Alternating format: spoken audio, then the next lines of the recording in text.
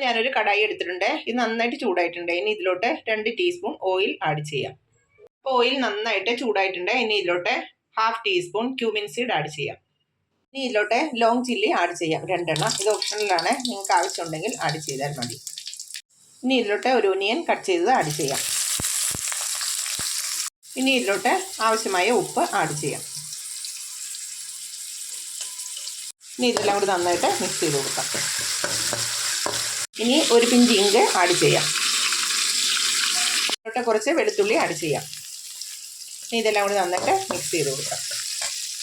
ഇതിലോട്ട് green chilli add ചെയ്യാം. ഓരോരുത്തരുടെ എരിവിനനുസരിച്ച് ആഡ് ചെയ്യാവുന്നതാണ്. ഇനി ഇതെല്ലാം കൂടി നന്നായിട്ട് മിക്സ് ചെയ്തെടുക്കാം.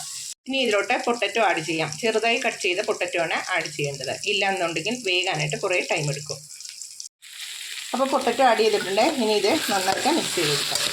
ഇനി ഇതിലോട്ട് ആവശ്യമായ മസാലകൾ ആഡ് ചെയ്യാം. അപ്പോൾ ഇതിലോട്ട് ഒരു 1/4 ടീസ്പൂൺ ടർമറിക് പൗഡർ ആഡ് ചെയ്യാം. ഇനി ഒരു 1/2 ടീസ്പൂൺ ചില്ലി പൗഡർ ആഡ് ചെയ്യാം. ഇനി ഒരു 1/2 ടീസ്പൂൺ ഗരം മസാല ആഡ് ചെയ്യാം. ഇനി ഇതെല്ലാം കൂടി നന്നായിട്ട് മിക്സ് ചെയ്തെടുക്കാം. ഇതെല്ലാം കൂടി നന്നായിട്ട് മിക്സ് ചെയ്തെടുത്തിട്ടുണ്ട്. ഇനി ഇതിലോട്ട് ഫെനുഗ്രീക്ക് ലീവ്സ് ആഡ് ചെയ്യാം, അതായത് ഉലുവയില. ഇതെല്ലാം കൂടി നന്നായിട്ട് മിക്സ് ചെയ്തെടുക്കാം.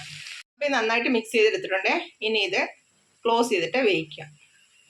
അപ്പോൾ ഞാനിത് ക്ലോസ് ചെയ്ത് വെച്ചിട്ടുണ്ട്. ഞാൻ ഇതിൻ്റെ അകത്ത് വെള്ളമൊന്നും ആഡ് ചെയ്തിട്ടില്ല. ഇങ്ങനെ തന്നെ ഇത് വേവിച്ചെടുക്കാം. അപ്പോൾ ഇത് നന്നായിട്ട് കുക്കായിട്ടുണ്ട്. അപ്പോൾ ഞാനിത് സ്റ്റൗ ഓഫ് ചെയ്യുകയാണ്. ഇനി ഇത് റൊട്ടിയുടെ കൂടെയോ ചപ്പാത്തിയുടെ കൂടെയോ ചോറിൻ്റെ കൂടെയൊക്കെ കഴിക്കാവുന്നതാണ്. നല്ല ടേസ്റ്റാണ്. അപ്പോൾ നിങ്ങൾ ട്രൈ ചെയ്ത് നോക്കുക. എന്നിട്ട് എനിക്ക് ഫീഡ്ബാക്ക് അറിയിക്കുക.